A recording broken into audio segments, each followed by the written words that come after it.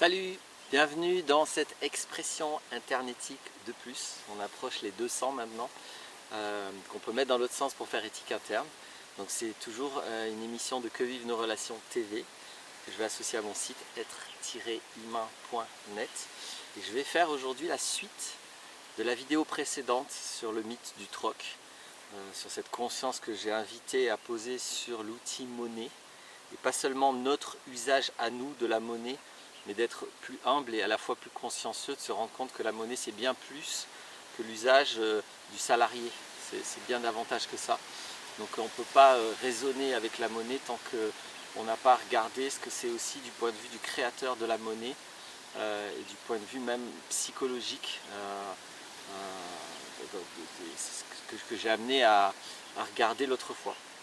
Alors peut-être plus qu'une suite, c'est un pont que je vais faire avec d'autres thèmes que j'ai abordés dans d'autres vidéos.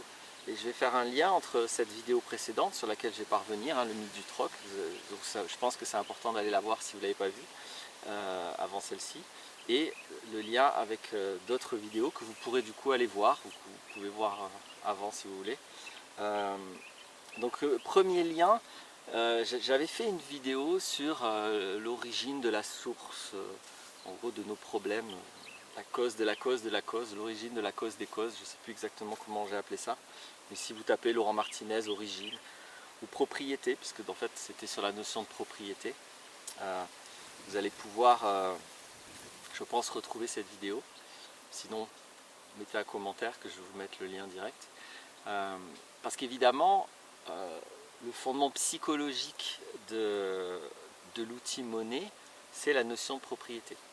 Donc ça c'est aussi, j'en ai pas parlé l'autre fois, c'est une conscience de base à avoir, c'est que l'outil monnaie rend concret, réalise la notion abstraite de propriété.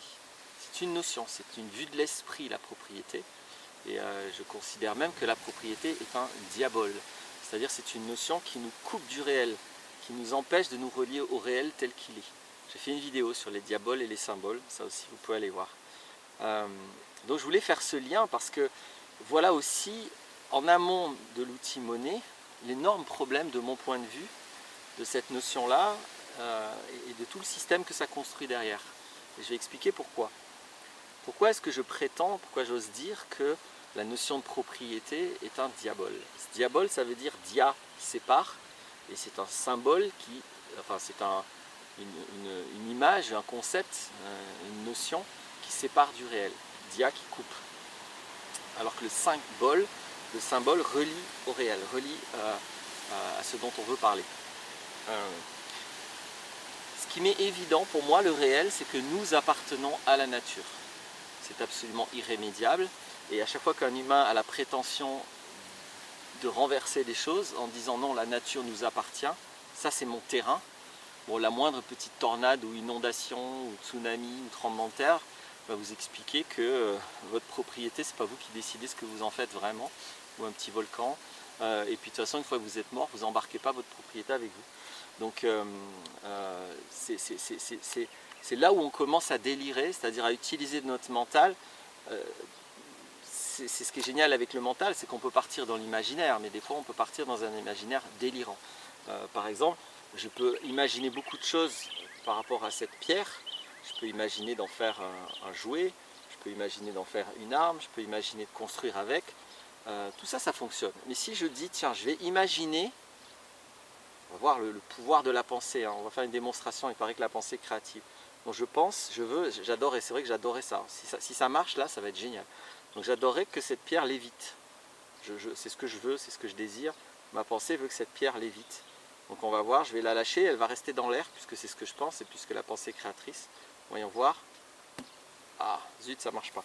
Donc là, si vraiment je voulais très sincèrement de tout mon cœur que la pierre reste en l'air, je vais vivre des émotions. Je vais être déçu, triste, en colère, etc. etc. Voilà, en passant, je fais une parenthèse, voilà tout le système de l'expérience humaine. C'est-à-dire nous avons 5 sens qui nous informent de ce qu'on voit, de ce qu'on entend, ça nous informe du réel. Avec l'imaginaire, je peux partir dans tous les délires, je peux dire non, cette pierre elle va l'éviter et tout, ça va être super. Mais quand mon mental part trop loin dans le délire, quand il se déconnecte du réel, et ben là j'ai des émotions qui viennent me dire attends, l'émotion n'est pas en train de me dire oh, la vie est trop injuste, la pierre elle reste pas en l'air, c'est terrible ce qui t'arrive, mon Dieu, t'as pas de chance. Non, l'émotion est là pour me dire attention, ta croyance que la pierre l'évitait, c'est pas, arrête avec ça, ça marche pas. C'est ça hein, que mon émotion vient me dire. Les émotions sont un arbitre entre les sensations et le mental. Quand votre mental part trop dans n'importe quoi par sa capacité d'abstraction, le mental s'abstrait du concret, s'abstrait des lois de la physique. On peut imaginer plein de choses, il y a des choses très intéressantes à imaginer, et il y a des choses délirantes à imaginer. Bon, parenthèse dite, c'est un délire la propriété, parce que ça vous plaise ou pas, vous appartenez à la nature. Donc quand on essaye comme ça, juste avec notre mental délirant, de dire non, non, non, non, c'est à nous que la nature appartient, ça m'appartient, puis d'abord j'ai de l'argent donc je peux acheter les choses, etc. etc. On va créer une destruction totale, c'est exactement ce qui est en train de se passer en quelques dizaines d'années. Hein. Ça faisait des millénaires que l'être humain était sur la planète et il n'a jamais autant détruit la nature qui soi-disant lui appartient en un temps très bref. Parce qu'on est dans le délire total, on fait absolument n'importe quoi et on va le justifier avec des idées folles, mais toutes se basent sur cette notion de propriété. C'est-à-dire j'ai de l'argent donc je peux avoir les choses. C'est pas comme ça que ça marche. Vous pouvez avoir de l'argent, vous pouvez acheter toute l'eau que vous voulez, et quand il n'y a plus d'eau, vous ne pouvez plus, même si vous êtes très riche. Avec l'argent, vous pouvez récupérer tout le pétrole que vous voulez, mais quand il n'y a plus de pétrole, vous pouvez avoir tout l'argent que vous voulez, vous ne pouvez plus en récupérer. Donc non, la nature ne nous appartient pas, ça ne fonctionne pas comme ça. Et donc la notion de propriété va totalement renverser notre rapport à la vie, notre rapport au réel. Et c'est ça le problème. Et donc pour moi, c'est même pas la peine de raisonner une fois qu'on est parti dans ce sens et d'essayer de trouver des outils pour pouvoir échanger des biens et des services. Alors oui, ok, l'outil monnaie centralisée n'est pas bien, mais il y a quand même les monnaies alternatives, il y a des tas de choses qu'on peut faire pour quand même échanger avec plus de valeur les biens et les services. Non, non, c'est pas possible. La base que je voulais exprimer, c'est que la notion de propriété va fonder tout un système qui cherche à échanger les biens et les services. Et ceci est le délire. La réalité qu'un système d'échange, alors du coup peut-être, je crois que je vais changer mon vocabulaire à partir de cette vidéo, parce que je dis tout souvent que la monnaie n'est pas un système d'échange, c'est vrai, mais pour aller plus loin, en fait, il faudrait que la monnaie, il ne nous faudrait pas un système d'échange, il nous faudrait un système de partage. Parce que la réalité de ce que nous avons à vivre, c'est le partage des ressources physiques. C'est ça l'économie réelle, c'est ça qui est consciencieux de vivre. Nous sommes sur un territoire, il y a certaines ressources, on peut faire certaines choses avec, et l'idée c'est de partager ces ressources physiques. Donc un outil qui nous permet le partage équitable, je ne dis pas égalitaire, mais au moins équitable, après ça c'est un parti pris, hein, mais bon en tout cas c'est le parti pris que j'assume, un partage équitable des ressources physiques, c'est un outil qui n'a rien à voir avec la monnaie, puisque la monnaie nous sert à faire du commerce, à échanger des biens et des services, mais tout ça se base sur l'idée folle de la propriété. Donc c'est pas pareil, des outils, des systèmes, des pensées, des raisonnements qui sont dans le diabole de on va échanger des biens et des services, ou totalement un autre paradigme, un autre système qui a conscience que nous avons des ressources physiques et que c'est ça notre repère réel. La monnaie est un repère délirant et que nous devons trouver des moyens de partager équitablement les ressources physiques. C'est pas pareil échanger les biens et les services et partager les ressources physiques. Voilà deux univers. Tout cet univers-là, dorénavant, ne m'intéresse plus. Je suis contraint de m'en servir parce qu'on m'y force. Mais j'assume que je souhaite personnellement, dès qu'il y a assez de gens qui le veulent, pour l'instant il y en a très peu, donc je respecte, hein, c'est pas à moi de changer le monde, je respecte pour l'instant de vivre avec des gens qui souhaitent plutôt vivre là-dedans, donc ok, je comprends ça, je le respecte, je ne vais pas faire la guerre, je ne vais pas me rebeller, moi je suis très pacifique, mais j'assume, je peux m'exprimer librement pour l'instant, et j'assume que voilà, je souhaite plutôt aller dans le partage des ressources physiques. Donc c'était le premier pont que je voulais faire avec cette fameuse vidéo que j'avais fait sur la cause des causes de la propriété. Et je souhaitais faire aussi un deuxième pont, cette fois vers tout ce que j'ai exprimé sur la dépendance affective. Et puis ça va faire un triangle en fait entre tout ça. Quel est le lien? Parce que je parle beaucoup de dépendance affective et ça touche les gens. Je me rends compte que la propriété, la monnaie, le système d'échange, le partage, tout ça on s'en fout un peu. Par contre, si peut-être j'arrive à faire un lien entre tout ça, on peut comprendre. Lorsque je suis dépendant affectif, c'est-à-dire lorsqu'en clair, j'ai passé mon enfance dans un milieu humain qui relationnellement était trop pauvre, trop restreint et qui a fait que j'ai vécu des manques, que je n'ai pas pu avoir satisfaction de mes besoins relationnels en tant qu'enfant. Donc il y a une possibilité, ce n'est pas une obligation, hein, il y a une possibilité que je crée une cristallisation identitaire, une fracture identitaire et que je devienne dépendant affectif, c'est-à-dire que je vive l'illusion d'un manque et que je passe ma vie à essayer de combler un manque qui n'a pourtant jamais existé, donc ça ne fonctionnera jamais, c'est complètement vain. Je vais vivre ma vie entière dans un délire qui n'existe pas. Mais du coup, je vais être concentré sur moi, mon manque, j'ai besoin d'amour, j'ai besoin d'attention, et c'est tout. Et c'est ça qui m'occupe ma pensée, c'est ça qui concentre ma vie.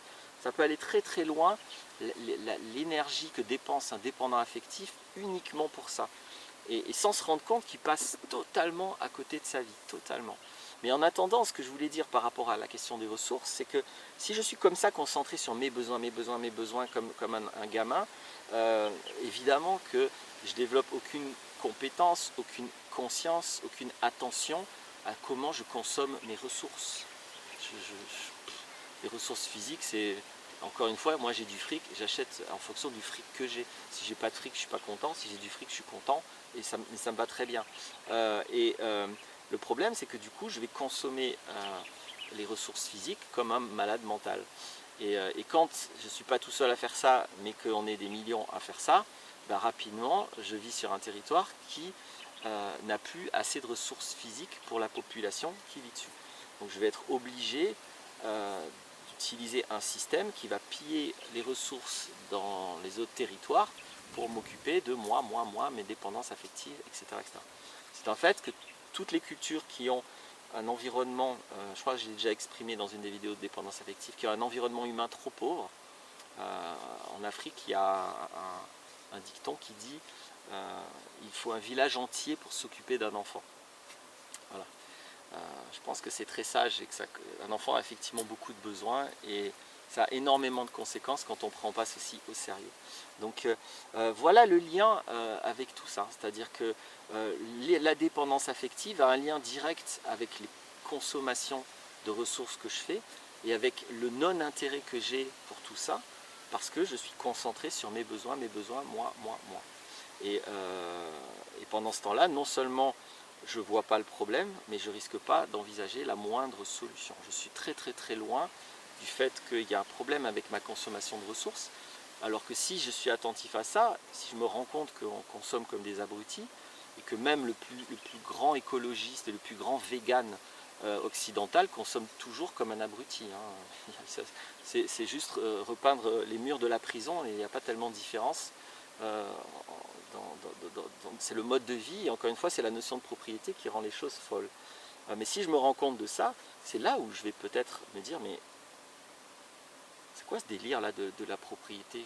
Comment je peux, en fait, sérieusement, là, si je regarde, non pas si je me soumets à cette pensée unique, mais si je regarde, je dis mais c'est complètement fou ça quand même.